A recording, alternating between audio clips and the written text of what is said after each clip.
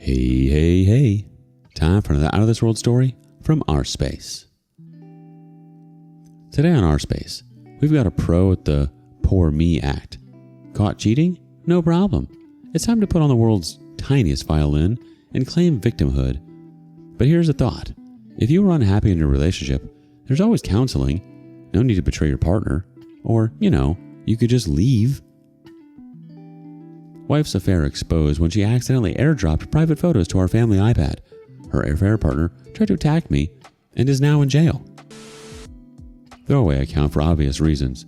My wife Vanessa, 32 female, and I, 34 male, have been married for 7 years. We built a life together in a nice suburban neighborhood. I work in IT security, and she's in marketing at a mid-sized firm. A couple months ago, I decided to buy a new iPad for our home. Our old one was getting slow and the battery barely lasted for an hour. I figured it would be useful for both of us. I could use it for browsing and watching videos, and she could use it for her design work when she didn't want to be stuck at her desk. I linked it to my Apple ID, but also connected it to Vanessa's account for photo sharing and convenience. This way, we could both use it without having to log in and out. We'd always shared devices and passwords. Around this time, she started mentioning a new colleague at work named Derek. According to her, he just joined their creative team and was bringing fresh energy to their projects. She'd mentioned him casually in conversation, how he had interesting ideas or how he'd helped her with a difficult client. Then things started changing subtly. She began working later hours, claiming her team had landed a major client that required extra attention. She'd come home tired but oddly energized, talking about team drinks and brainstorming sessions. I did notice she became more protective of her phone. She'd take it with her everywhere.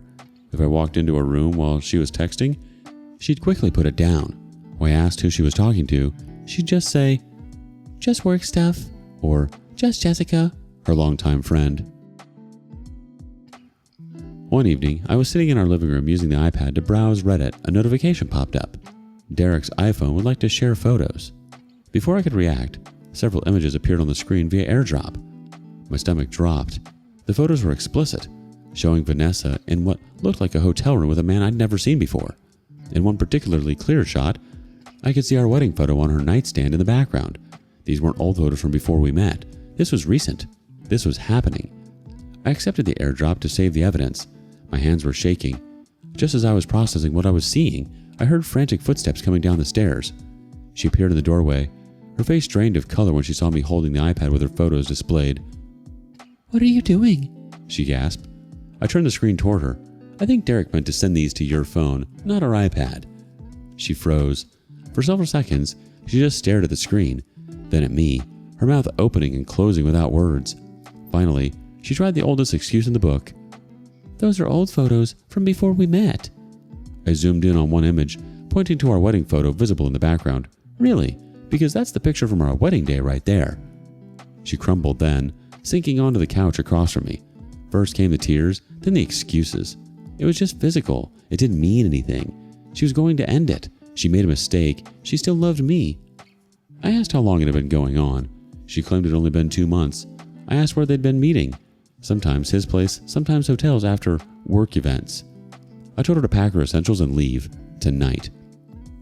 "You can't be serious," she said. "We need to talk about this. We can fix this. I'll go to counseling. I'll quit my job. Please." "There's nothing to fix. You made your choice when you decided to sleep with Derek. Now I'm making mine." "You're throwing away 7 years without even trying? That's it? One mistake and you're done?" This wasn't a mistake. This was dozens of choices, hundreds of lies. Every time you texted him, every time you met him, every time you came home and looked me in the eye and lied about where you'd been. Those were all choices. She tried to blame me. I worked too much. I didn't compliment her enough. I didn't notice her new haircut last month. I cut her off. If you were unhappy, you could have talked to me. You could have suggested counseling. You could have even asked for a divorce. Instead, you chose to cheat. That's on you, not me. Eventually, she called her sister to come pick her up while she packed a bag. By midnight, she was gone, and I changed the locks the next morning. The following day, I contacted a divorce attorney and scheduled a consultation. I explained the situation and showed him the photos that had been airdropped to our iPad. He advised me to secure all financial accounts and document everything. I changed passwords on our joint accounts, made copies of all important documents, and started keeping a detailed log of all communication with Vanessa. 3 days after she left, I received the first message from Derek. "You need to talk to Vanessa. You're breaking her heart over nothing." The next day, another message. She made a mistake. Don't throw away your marriage because your ego is bruised. I blocked his number. That's when things escalated. About a week after discovering their affair, I was leaving work when I spotted someone leaning against my car in the parking lot. As I got closer, I recognized him from the photos. Derek. He was taller than I expected, with the kind of gym-built physique that suggested he spent more time on his appearance than his character. We need to talk. We have nothing to discuss. He blocked my path. Vanessa is a mess because of you. You need to man up and work things out with her. Move away from my car.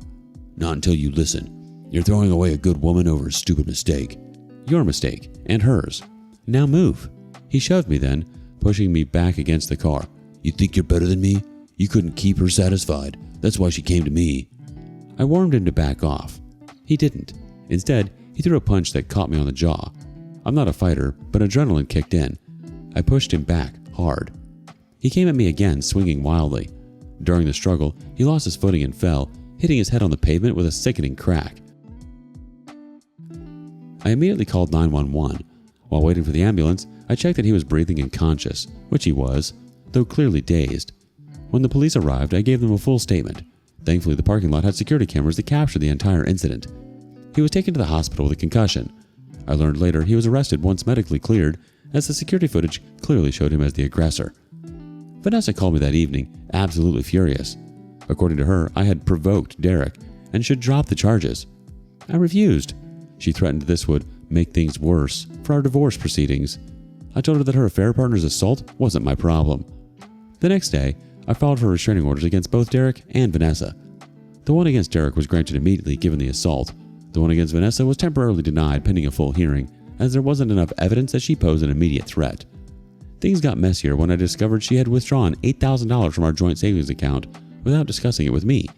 I contacted the bank to freeze the remaining joint accounts immediately and notify my attorney of the withdrawal. 2 weeks after the assault incident, I heard through a former colleague that Vanessa had been fired from her job. Her company had strict policies about relationships between team leaders and their subordinates, which Derek was. She had mentioned this to me, of course. Derek was formally charged with assault and later with violating the restraining order after he tried calling me from jail. His previous record didn't help his case. He had prior charges for a bar fight 2 years ago. Vanessa's attorney contacted mine requesting temporary spousal support since she'd lost her job. My attorney countered with evidence of her affair and the fact that her termination was due to her own actions, violating company policy. At the full hearing for the restraining order against her, the judge granted a limited order prohibiting her from coming to my home or workplace, but allowed her to contact me through attorneys regarding the divorce. Shortly after, I discovered she had been using our joint credit card for hotel stays with Derek before his arrest. I canceled all joint credit cards immediately and provided the statements to my attorney. Despite the restraining order, Vanessa showed up at my house unannounced, claiming she needed to collect important documents. I didn't open the door, instead calling the police who escorted her away and documented the violation. Derek's trial for the assault was brief. The security footage left little room for interpretation, clearly showing him as the aggressor.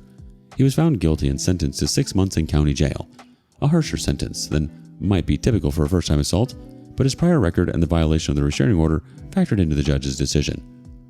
When Vanessa learned about Derek's sentencing, she sent me a barrage of texts blaming me for destroying 2 lives. I forwarded these to my attorney. I don't know what will happen with the divorce from here. My attorney seems confident that Vanessa's affair, financial misconduct, and violation of the restraining order will work in my favor. What I do know is that I made the right decision that night when I told her to leave. I never expected to be in this position, but here I am. She made a series of decisions that prioritized her own thrill over your marriage, your trust, and your peace of mind. And Derek, the fact that he thought he was the victim after assaulting you is proof enough that he belongs exactly where he ended up, on the receiving end of a restraining order and a jail sentence. Update. It's been a few months. For those who need a refresher, my wife Vanessa's affair was exposed when her affair partner Derek accidentally airdropped their explicit photos to our family iPad. I kicked her out, and later Derek physically attacked me in my workplace parking lot, resulting in his arrest and jail sentence. What I didn't mention in my previous post is that I discovered Vanessa had been spreading a different version of events to her family and some of her friends. According to her narrative, I was controlling and emotionally abusive throughout our marriage, which drove her to seek comfort elsewhere. She conveniently left out the part where she was sleeping with her subordinate at work and lying to my face for months. I didn't bother trying to correct everyone's perception. The people who really knew me didn't buy her story, and I wasn't interested in convincing the others. I did, however, provide my attorney with text messages and recordings of our conversations that clearly showed her allegations were false. These would prove useful later. About a week later, I received a settlement proposal from Vanessa's attorney that nearly made me choke on my coffee. They were asking for 65% of our assets, claiming that my emotional abuse and fault in the marriage breakdown justified the uneven split. They also requested temporary spousal support since she had lost her job. My attorney countered with our evidence, documentation of her affair, proof that her termination was due to violating company policy by having a relationship with a subordinate, and records of her financial misconduct, withdrawing $8,000 from our joint account without discussion. We also included the police reports documenting her violation of the restraining order. While this was happening, she created several social media posts implying I was abusive, tagging mutual friends to ensure they would see it. I documented these posts without responding and provided them to my attorney as evidence of defamation. My lawyer advised me that while I could pursue a defamation case, it might be better to use this as leverage in the divorce proceedings. The strategy worked. After seeing our evidence, Vanessa's attorney withdrew the 65% asset proposal. I suspect her lawyer had a frank conversation with her about how her behavior was undermining her position. Around this time, I discovered that Vanessa had been staying with Derek's parents since he went to jail. This explained why she hadn't been contacting me for money. She had found another support system. What surprised me was learning that she was telling people she was pregnant with Derek's child. This news came from her sister, who seemed genuinely concerned. She told me Vanessa had announced the pregnancy to family members and was using it to explain her emotional state and financial needs. I informed my attorney immediately, who filed a motion to proceed with the divorce regardless of pregnancy status, as paternity wasn't in question. A week later, I received an unexpected letter from Derek in jail. In it, he admitted the affair was his idea and apologized for the assault. He wrote that he had let his emotions get the better of him and that he never meant to cause such damage. The letter seemed calculated, like he was trying to create a paper trail that might help him get early release or leniency.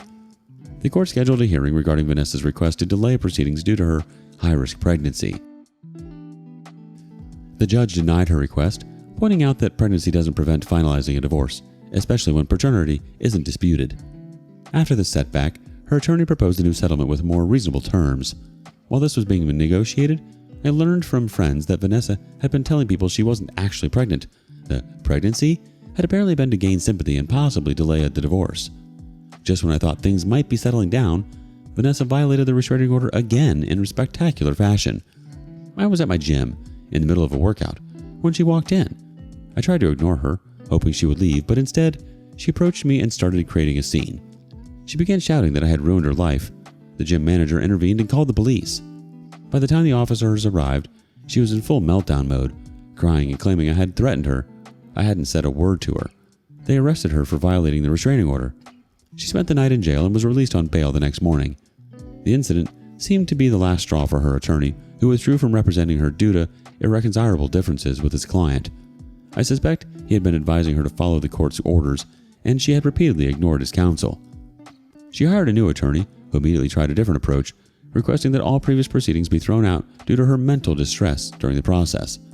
The judge denied the request and ordered her to comply with previous court orders. Around this time, I received a notification that Derek had been denied early release from jail. Apparently, he had been attempting to contact me through third parties despite the restraining order, which violated the terms of a potential early release. Vanessa's new attorney proposed a quick settlement. She would get 25% of our assets and no alimony. After consulting with my attorney, I accepted the offer with additional stipulations about non-contact going forward. At this point, I just wanted it to be over. The final divorce hearing was brief. The judge approved our settlement agreement, and Vanessa attempted to speak to me afterward, but I left without engaging. 2 days later, I received confirmation that our divorce was officially finalized. The divorce has been finalized on terms that are fair. Considering the circumstances, I still have moments where the betrayal hits me hard. 7 years of marriage is a significant investment, and there's grief in losing what I thought we had, but mostly I feel relieved. For those wondering about the iPad that started it all, I kept it. From lying about abuse to manipulating mutual friends, faking a pregnancy, violating a restraining order multiple times, and still trying to play the victim, it's genuinely unhinged. Update 2. 2 months later. It's been about 2 months since my last update, and I'm finally starting to feel like my life is back on track. The divorce is finalized, the dust has settled, and I've been able to move forward in ways I didn't think possible when this nightmare began. After changing my phone number and email address to prevent further contact, I've enjoyed a period of relative peace. The only updates I've received about her have come through third parties, and honestly, I'm fine with that arrangement. One of my former colleagues reached out to let me know that Vanessa has been telling people she's planning to move to another state once Derek is released from jail. Apparently, they're going to make a fresh start together, away from all the negativity here. Good riddance, I say. The farther away they both are, the better. The final paperwork confirming our asset division arrived about 3 weeks ago. The settlement gave her 25% of our assets with no alimony, which is more than fair given the circumstances. With the divorce officially behind me, I decided it was time for a fresh start of my own. I sold our marital home, too many bad memories there, and purchased a condo in a building with good security. The doorman and keycard entry system gave me peace of mind that neither Vanessa nor Derek can show up unannounced when he gets out of jail. Moving was cathartic. I got rid of most of the furniture we bought together and started over with pieces that were just mine. It's amazing how much lighter I felt once I wasn't surrounded by reminders of our life together. Through the grapevine, I heard that Vanessa has been telling people she dodged a bullet by divorcing me. She was the one who left me, not the other way around, according to her revised narrative. She's apparently claiming that discovering I was vindictive during the divorce process showed her she made the right decision to end things.